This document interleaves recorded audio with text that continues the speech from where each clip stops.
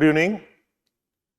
आज landmark judgement के series में एक ऐसा जजमेंट जिसका महत्व बहुत ज़्यादा महत्वपूर्ण है, और यदि आप कॉन्स्टिट्यूशनल लॉ या संवैधानिक विधि का अध्ययन करते हैं तो इस जजमेंट का महत्व सिर्फ एक लीगल प्रोविजन से नहीं बल्कि अन्य लीगल प्रोविजनों से भी है। विशेषतः इसमें आपको लिखा है RMDC, ये फुल जो नेम आपको मिलेगा RMDC केस के नाम से मिलेगा वर्सेस यूनियन ऑफ इंडिया, और यह जो प्रोविजन है ये आपके डॉक्ट्रिन ऑफ सब्रिविलिटी से भी रिलेटेड है, आर्टिकल 19 राइट टू फ्रीडम से भी रिलेटेड है। और इसका जो प्रश्न है ये अपने आप में एक बहुत ही इंपॉर्टेंट इशू न्यायालय के सामने उपस्थित होता है, जहां पर न्यायालय ये डिसाइड करने का प्रयास करता है कि यह जो शब्द है वो किस सीमा तक मूल अधिकारों से असंगत है, और यदि कोई विधि मूल अधिकारों से असंगत है, मूल अधिकारों के अगेंस्ट है, तो क्या ऐसी स्थिति पर उस पर क्या प्रभाव पड़ेगा, इस केस के माध्यम से ये चर्चा की गई है। तो ये जो केस है ये केस RMDC बनाम वर्सेस यूनियन ऑफ इंडिया का जजमेंट है, और ये जजमेंट जो आपका डिसाइड किया गया ये जजमेंट आपका है 1957 का, सुप्रीम कोर्ट ऑफ इंडिया का है, 5 जजेस की बेंच है, ठीक है, और ये साइटेशन आपका भी 1957 का है। इसमें इशू क्या था? देखिए इशू बहुत इंटरेस्टिंग था।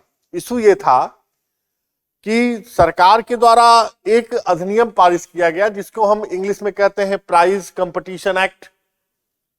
उस प्राइज कंपटीशन को हिंदी में कहते हैं पुरस्कार प्रतियोगिता अधिनियम। अब पुरस्कार प्रतियोगिता अधिनियम की एक धारा है जिसको हम सेक्शन कहते हैं धारा 2 धारा 2 में एक शब्द परिभाषित किया गया। उस शब्द में जो प्राइज शब्द का था, इस शब्द को बहुत ज्यादा ब्रॉड कर दिया गया और यह कहा गया कि प्राइज शब्द के अंतर्गत ऐसे सारी प्रतियोगिताएं शामिल हो जाती हैं जिसके अंतर्गत स्किल भी है। और इस एक्ट का जो मूल उद्देश्य था वो गैम्बलिंग जो थी, जो जुआ है, तो जुआ प्रकृति की जितनी भी प्रतियोगिताएं हैं उन प्रतियोगिताओं को नियंत्रित करना था। तो ऐसी स्थिति में जब कंपटीशन शब्द और प्राइज कंपटीशन शब्द को डिफाइन किया गया तो ऐसी स्थिति में स्किल पर आधारित जो प्रतियोगिता थी उन प्रतियोगिताओं को इसमें शामिल कर लिया गया। अब कोई व्यक्ति दौड़कर अगर कोई प्राइज जीतता है तो उसे भी इसमें शामिल कर लिया गया। कोई व्यक्ति बहुत अच्छा नंबर प्राप्त करता है उसे भी इसके अंतर्गत शामिल कर लिया गया। तो इसका बहुत ब्रॉड एस्पेक्ट आ गया कि एक तरह से गैम्बलिंग तो आप शामिल कर ही रहे हैं, इसके अलावा जो स्किल है, स्किल बेस्ड कंपटीशन है, वो भी आप शामिल कर रहे हैं, कौशल आधारित।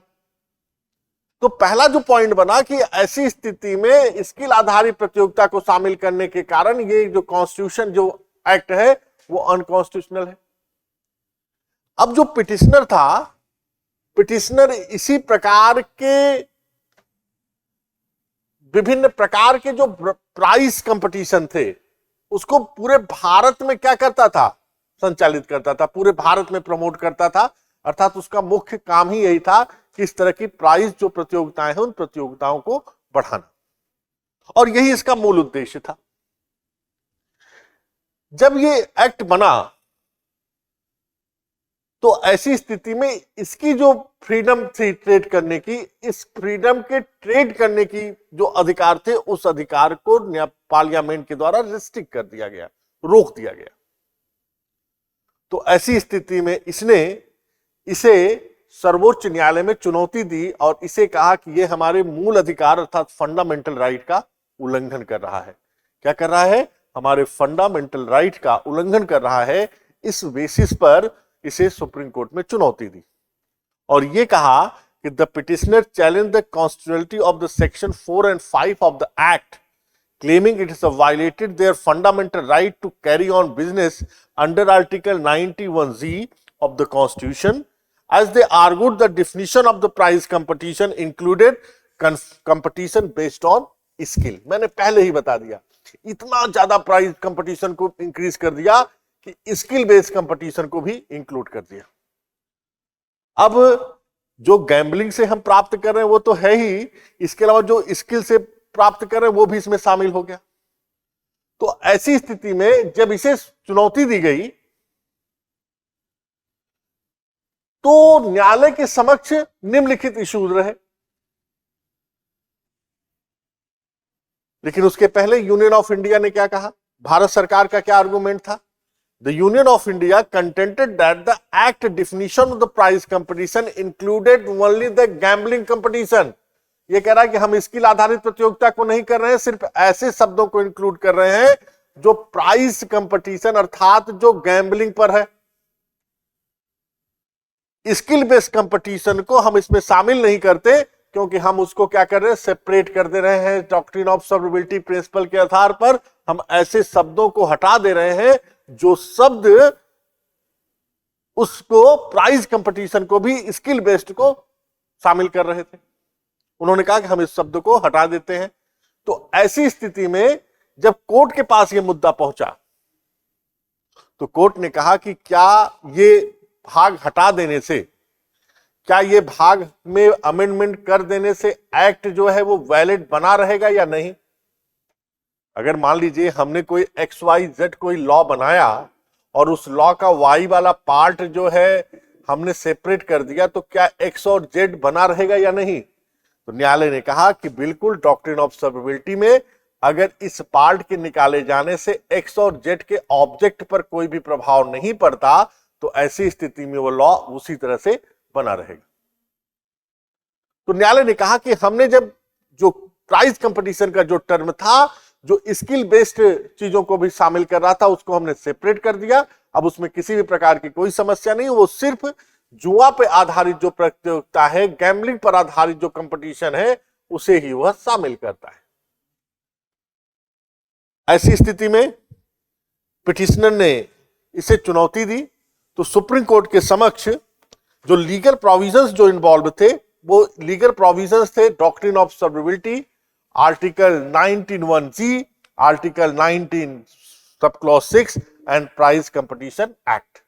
तो सुप्रीम कोर्ट ने यहां पर फंडामेंटल राइट जो आपका है वो किस सीमा तक आप प्रयोग कर सकते हैं इसके बारे में स्पष्ट रूप से कहा, और यह कहा कि डॉक्ट्रिन ऑफ सर्विबिलिटी को एज ए प्रिंसिपल के रूप में स्वीकार कर लिया और उसके तहत यदि कोई पार्ट है जो मूल अधिकारों के अगेंस्ट है तो उसने हटाकर अलग कर दिया और अधिनियम क्या हुआ, जो एक्ट था वो वैलिड बना रहा।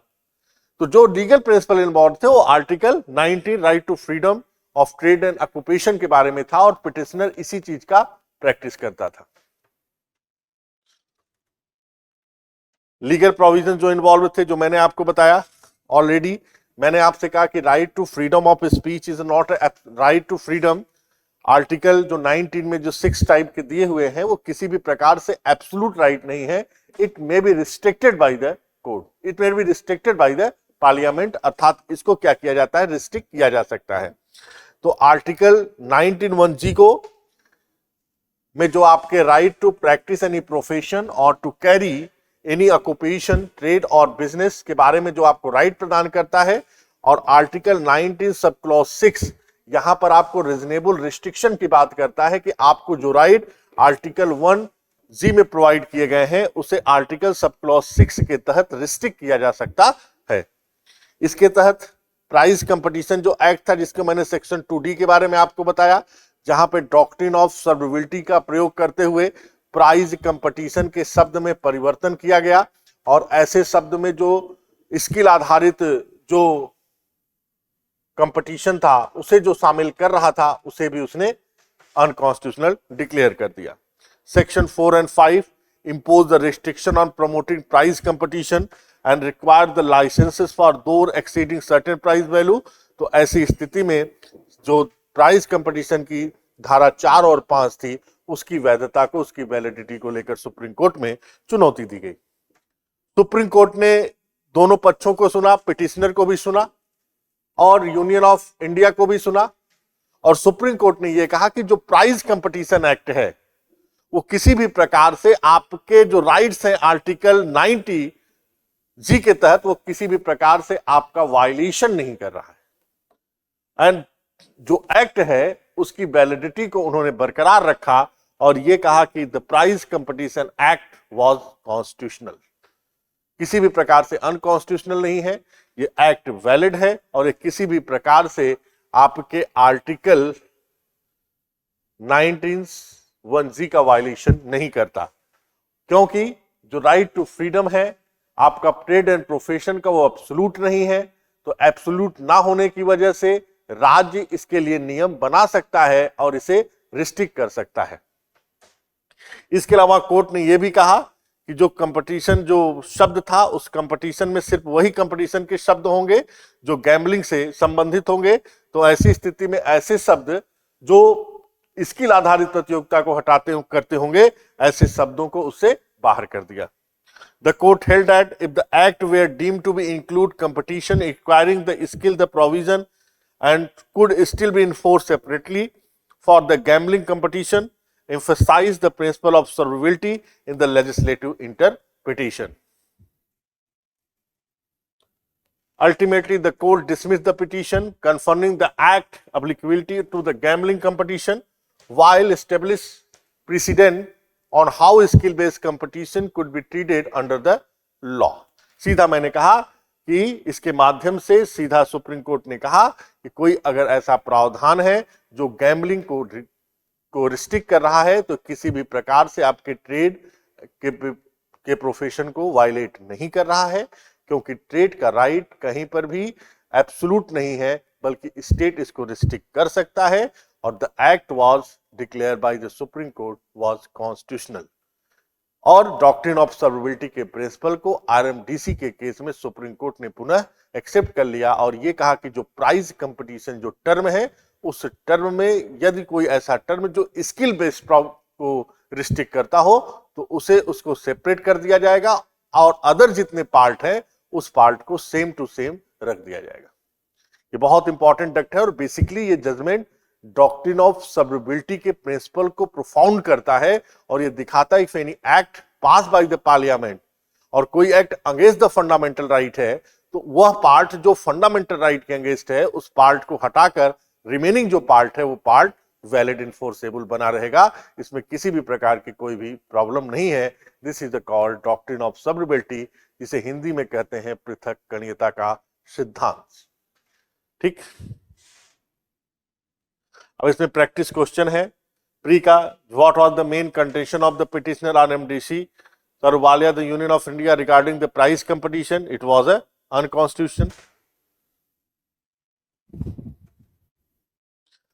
Analysis the implementation of the Supreme Court decision in RMDC versus Union of India on the interpretation of a gambling on skill-based competition in Indian law.